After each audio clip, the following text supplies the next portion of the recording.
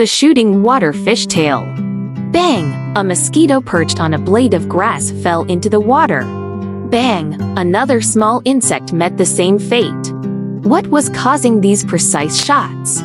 It was none other than the shooting water fishtail. The shooting water fishtail had been practicing shooting water pellets with his mother for a long time. Thanks to his diligent training, he had become a skilled shooter underwater.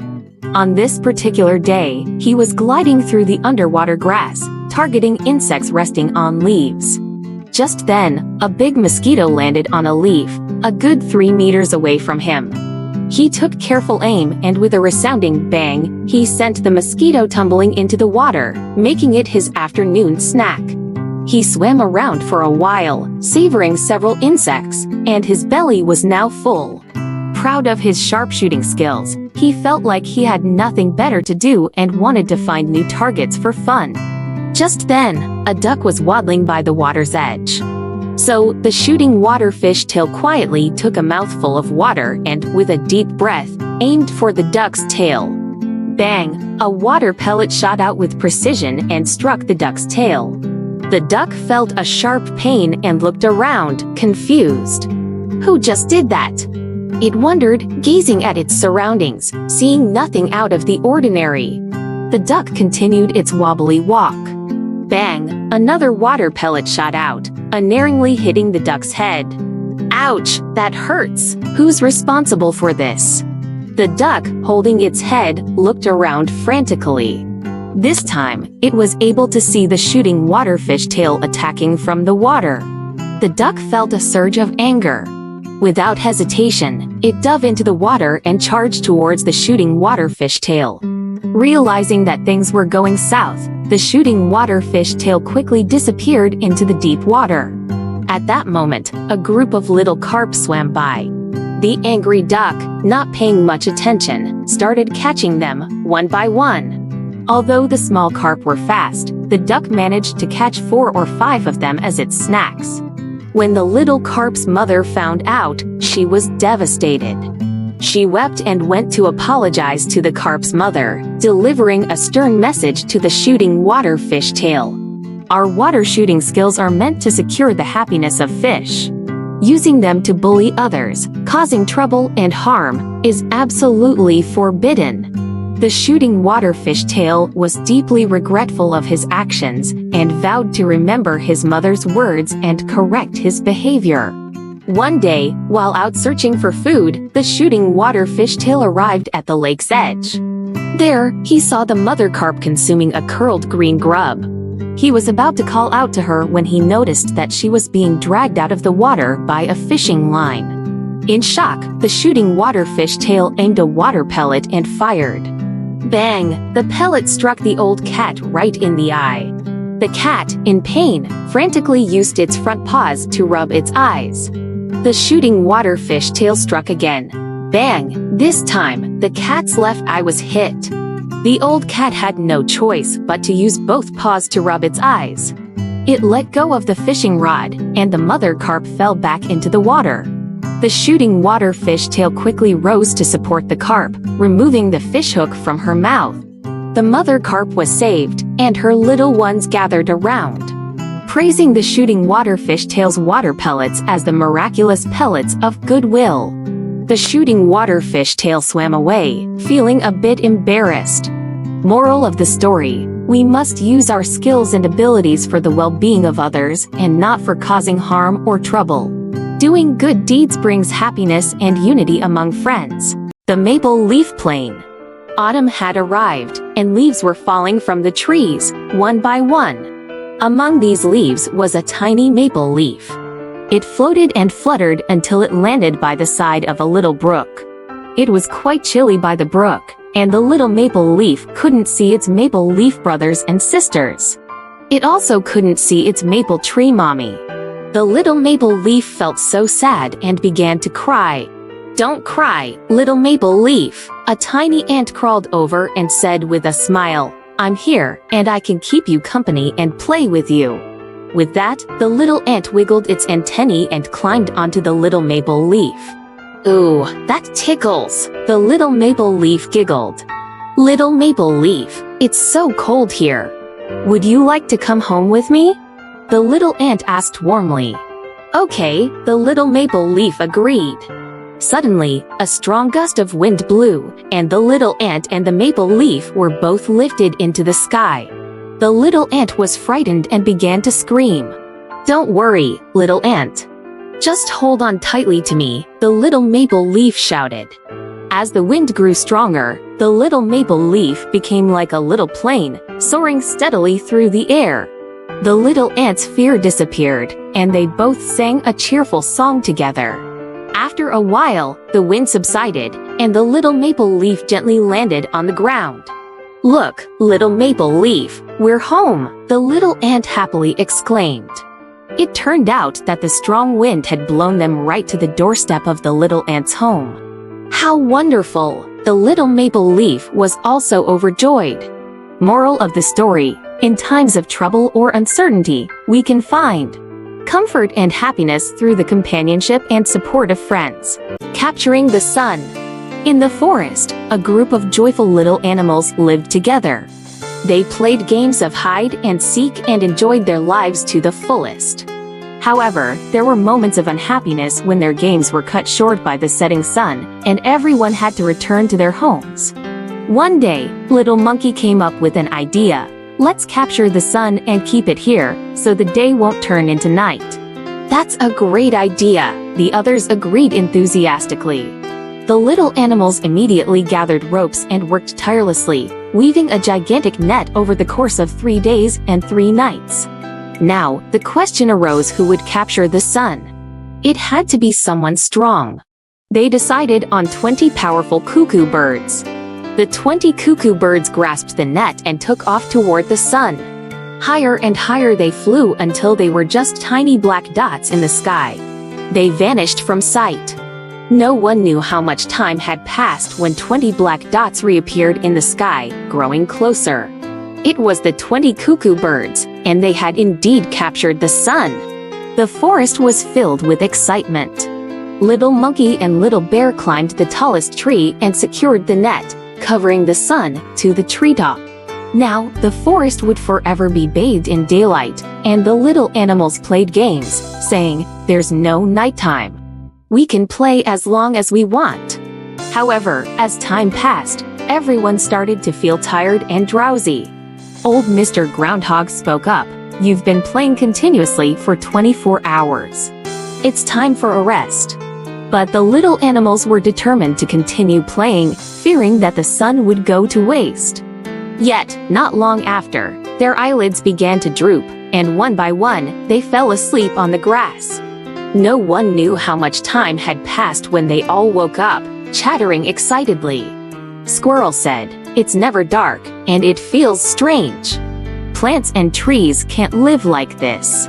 A magpie that had flown in from the mountains chimed in, "The animals in the mountains are in complete darkness without the sun, and they can't survive. The plants don't get any sunlight, so they've stopped growing." The little animals were shocked. Monkey asked, "Is it this serious?" Bear said, "It's daytime all the time, and there's no night for us to rest. We can't handle it." Monkey decided, "Let's quickly return the sun to the sky." Little Monkey and Little Bear climbed up the tree, untied the net, and soon enough, the sun was back in the sky.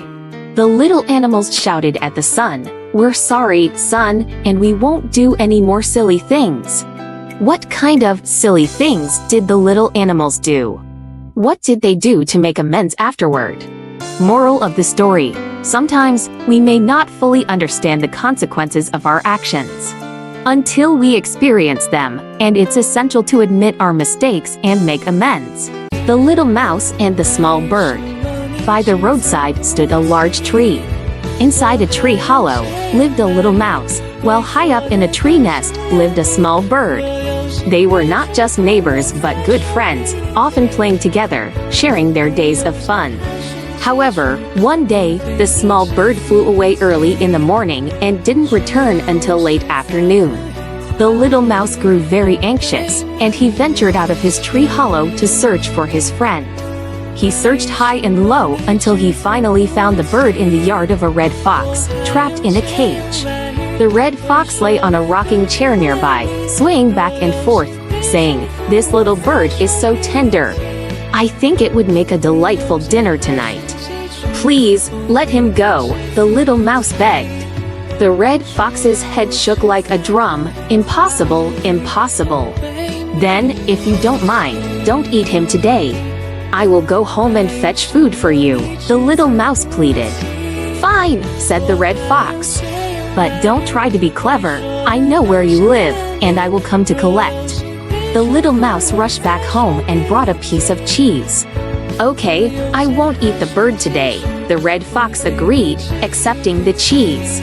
The following day, the little mouse brought a bag of peanuts, saying, "Please, don't eat the bird today." On the third day, the mouse arrived with a basket of corn, pleading again, "Please, don't eat the bird today." A week later, the little mouse's home was almost empty, with only a bottle of wine remaining. The red fox accepted the bottle and examined it with glee. "This wine looks so enticing." Without hesitation, he opened the bottle and began to guzzle it down. After finishing the bottle of wine, the red fox fell asleep in his rocking chair, snoring away. In the evening, the red fox awoke to an empty cage. The little bird was gone. Panicking, he rushed to the tree under which the little mouse lived. Still, he found the tree hollow vacant. The nest high up in the tree was also empty. Far away, in another distant forest, a tree hollow in a great tree was home to a little mouse, while a high tree nest sheltered a small bird. Moral of the story: friendship, trust, and kindness can overcome challenging situations. The little hedgehog's longest bean. The little hedgehog was a diligent and capable creature. In his yard, he planted several bean seedlings. Day by day, these bean plants grew tall and healthy. His fence was adorned with rows of long, green beans that swayed in the wind. Throughout the summer, the little hedgehog had an abundance of beans to enjoy. Not only did he relish them himself, but he also picked many beans to share with his friends. They all exclaimed, "The beans from the little hedgehog's yard are the most delicious." Autumn arrived, and the little hedgehog's yard had only one bean left, a bean that was the longest of them all. Throughout the spring, the hedgehog had lavished the bean seedling with plenty of nutrients. And during the summer, he had watched it grow ceaselessly. He even measured it regularly with a ruler. As autumn drew to a close and winter loomed, the weather grew colder. The hedgehog noticed that this bean had stopped growing. It had already become the longest bean, stretching from the high fence down to the ground. The little hedgehog was preparing for hibernation, and he was tempted to eat this longest bean before his long slumber. However, upon further reflection, he realized that one of his dear friends cherished beans. Even more, his friend, the mole, who lived in a burrow. The little hedgehog could go without eating during his winter hibernation, sleeping soundly throughout the season. However, the mole needed to eat during the winter while staying in his burrow. The hedgehog thought, "Why not save this bean for my good friend?" He plucked the longest bean and took it to the mole's burrow. Quietly, he pushed it into the mole's den. The hedgehog's bean was very long, and the mole's burrow was quite deep, allowing the bean to reach from the burrow's entrance all the way to its depths. Inside the burrow, the mole encountered something hard. With the burrow being dark, he couldn't see what it was. The mole gently bit into it and exclaimed, "Ah, it's a bean! What a delicious bean! It must be from my dear friend, the little hedgehog." Throughout the winter, the mole savored a small portion of the bean each day. Bite by bite, as he reached the burrow's entrance, the winter passed, and spring arrived. The mole ventured outside, where he was greeted by the warmth of the spring sun. He joyfully sang, from the length of the winter to the arrival of spring. Just like the little hedgehog's longest bean, it's a beautiful thing. Brushing the dirt from his fur, the mole headed toward the hedgehog's home, determined to thank him for the longest bean. Moral of the story: sharing and kindness make friendships even stronger, and it's the thought that counts. the straw man's shadow. In order to protect the wheat sprouts in the field from being harmed by birds, the father crafted a scarecrow. This scarecrow was nearly as tall and as stout as the father, so it naturally ended up wearing the father's clothes. The scarecrow was placed right in the center of the field. To the father's surprise, the scarecrow proved highly effective in deterring the birds, who dared not approach the wheat field anymore. The imposing scarecrow caught the attention of the father's 6-year-old son. He quietly made his way to the center of the field, observing the scarecrow intently. He noticed that the scarecrow was made of golden wheat stalks that glistened brightly in the sunlight. Whenever the wind blew, they rustled continuously, as though singing along with the breeze. The son grew fond of the scarecrow and visited it daily. He often held its hand, and the wheat field echoed with the sound of innocent laughter. But this idyllic period was short-lived. The father soon informed the son that the wheat had fully matured, and it was time for the harvest. The scarecrow's mission was also nearing its end. With a sickle in hand, the father entered the wheat field. As the 3-acre field was harvested, it meant that the scarecrow's time to leave had arrived. While the father was busy with the harvest, the son stood by the scarecrow, observing his hardworking father in the distance. He glanced at the scarecrow and then at his father, and suddenly, a gleam of insight crossed his young mind. 2 days later, the father completed the final harvest, and he approached the scarecrow. He intended to remove the last remaining object in the field. However, he noticed his son standing there, right in front of the scarecrow. The son, concealed in a patch of shade, was gazing at his father toiling diligently under the scorching midday sun. The father's heart was touched as he realized that, amidst the relentless heat of the sun, his son had managed to find a semblance of shade cast by the scarecrow. The boy took another look and noticed that the patch of shade was the scarecrow's shadow. He said, "Daddy, look, although the wheat is harvested, the scarecrow should remain here." The father smiled and asked, "Why should it stay when the wheat is already harvested?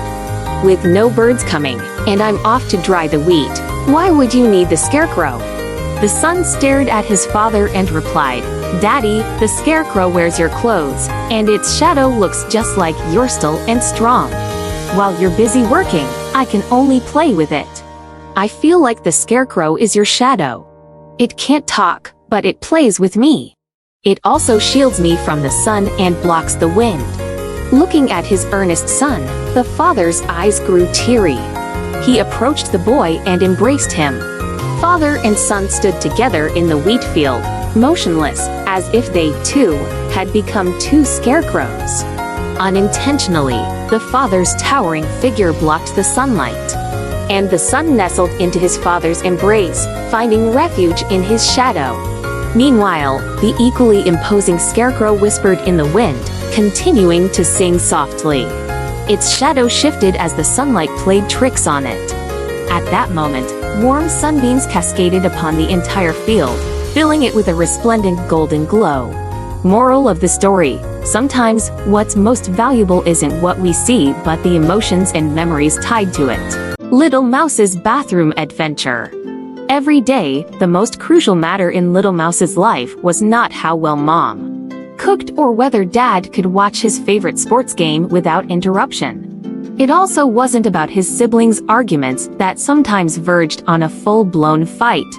No, the most critical matter for Little Mouse was to check whether he had successfully done his business in the bathroom. For some reason, Little Mouse was terrified of using the bathroom. Going to the bathroom is an extremely painful task. Little Mouse insisted, emphasizing just how distressing it was. "Each time I can't do it, I'm in agony. Perhaps it's because you don't drink enough water regularly. That's why it's uncomfortable." Mom brewed some sweet honey citron tea specially for Little Mouse. "Be a good boy, drink a bit more. It'll make using the bathroom more comfortable."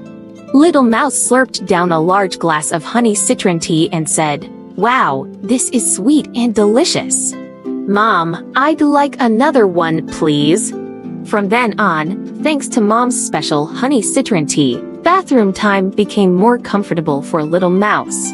Nevertheless, he continued to grumble. Using the bathroom is an extremely painful task, emphasizing the gravity of the situation.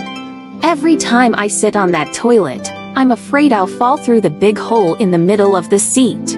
That's because the toilet seat is too big for Little Mouse, Big Brother explained. He crafted a tiny toilet seat made of wood for Little Mouse, and it was even inscribed with "For Little Mouse" on top. Little Mouse was thrilled to bits. He immediately placed it on the toilet to try it out.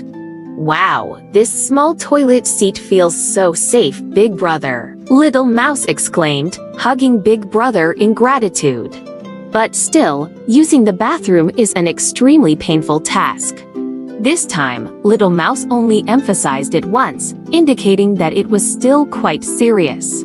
"Every time I go, there's a really stinky smell. That's because us mice have very sensitive noses." Big Sister directly handed Little Mouse a mask. "Try this one, it works wonders. It's less smelly with the mask." Little Mouse didn't need to cover his nose anymore, thinking that Big Sister's idea was brilliant. But using the bathroom is still a painful task, Little Mouse sighed. "Why is that? Would you like to tell Dad?" Dad came over and asked patiently. "Dad, I'm scared to use the bathroom because I find it really boring each time." Little Mouse looked up at Dad. "Little Mouse, look, Dad's a magician." Dad pulled out several fascinating storybooks. "With us to keep you company, you won't feel bored at all." "Okay," Little Mouse said, delighted. From that day onwards, Little Mouse's bathroom time became an opportunity for Dad to read him stories. This made Little Mouse look forward to it every day. The stories Dad read were filled with fun and adventure, and it made Little Mouse listen in rapt attention. Then one day, while sitting on his little toilet seat with a mask, Little Mouse asked Dad, "Dad, can you smell the odor when I go?" "Of course!" Dad laughed and patted Little Mouse's head. "It's because Dad loves Little Mouse, so it doesn't seem like a bad smell." "Wow, that's magical!" Little Mouse exclaimed, half believing. "When you become a dad someday, you'll understand." "Ha, I'll become a dad much later, right?" "Ha ha, Dad, I love you." "Ah, you don't have to be so mushy. Hurry up and go." Ha ha ha. Moral of the story: when it comes to parenting and nurturing, even the less pleasant aspects of life can be filled with warmth and love. The Little Pig's Quest for Talents. The little pig wanted to learn some skills. Although it ranked in the top 20 of the animal intelligence chart, it felt that intelligence alone wasn't enough, and it was time to acquire some skills. Watching birds soar through the sky, the little pig felt envious. It thought, if I could fly, other animals would look up to me in awe. So, the little pig invited a flight expert, a sparrow. The sparrow glanced at the little pig and said, "Despite being heavy and clumsy, the real issue is that you don't even have wings. Your attempt is like a toad dreaming of eating swan meat, a wild, unrealistic endeavor that will result in embarrassment." The little pig grinned smugly and said, "No worries, I came prepared." With that, it pulled out 2 wooden boards and a piece of string, tied the boards to itself, and told the sparrow, "Now I have wings, so I can fly." It then sprinted to a cliff, declaring, "I'm going to soar freely in the sky." However, just as it leaped into the air to take off, it somersaulted down the hill, ending up in an embarrassing pig's belly-up position. The little pig abandoned the idea of flying. Observing kangaroos leaping so high, the little pig thought, "If I could jump that high, I'd easily pluck fruits from the treetops." So, the little pig stopped a kangaroo and said, "Could you teach me to jump high?"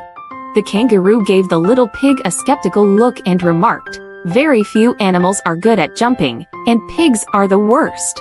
Do you really want to learn to jump?" "Of course, I have some help." The little pig revealed a few springs and placed them under its feet. It jumped higher than any tree.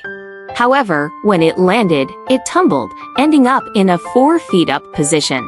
The little pig went on to learn many skills but achieved nothing.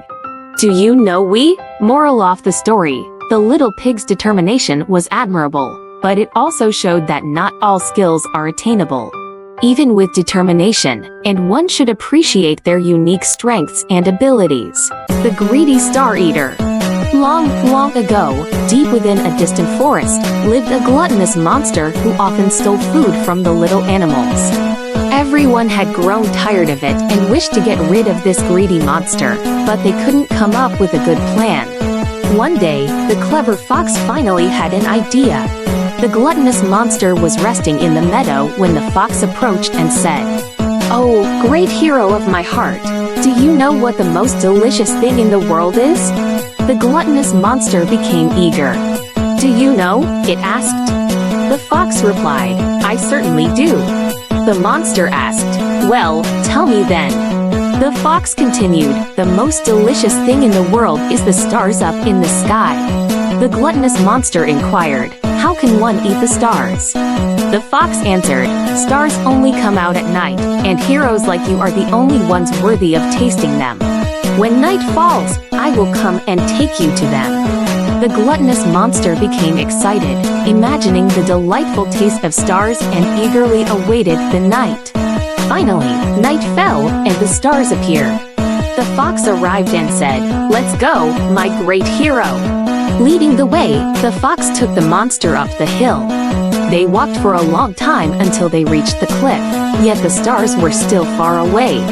The gluttonous monster grew tired and said, "Fox, we've been walking for so long, and I'm exhausted, but the stars still seem so far away. What should we do?" The fox responded, "Don't worry. Although the stars appear high, it's quite easy for a hero like you to reach them. Do you see that stone at the edge of the cliff? If you stand on it, you can pluck the stars." The gluttonous monster said, "Really?" The fox assured, "When have I ever deceived you?" The monster agreed, "All right." So, the gluttonous monster climbed onto the stone. It reached out to grab the stars, but found that they were still too far away. With determination, it stretched out its arms even further. In the midst of its effort to taste the delectable stars, the fox rushed forward and, with all its might, pushed the monster off the cliff. The poor gluttonous monster didn't even get a chance to scream before it tumbled down. Moral of the story: greed often leads to deception and trouble. It is important to value honesty and not seek unwarranted gains. Can the big gray wolf become a good wolf? Once upon a time, a big gray wolf fell into a trap and struggled to climb out. Sadly, it injured one of its legs and could no longer run. The big gray wolf found a sturdy branch to use as a crutch.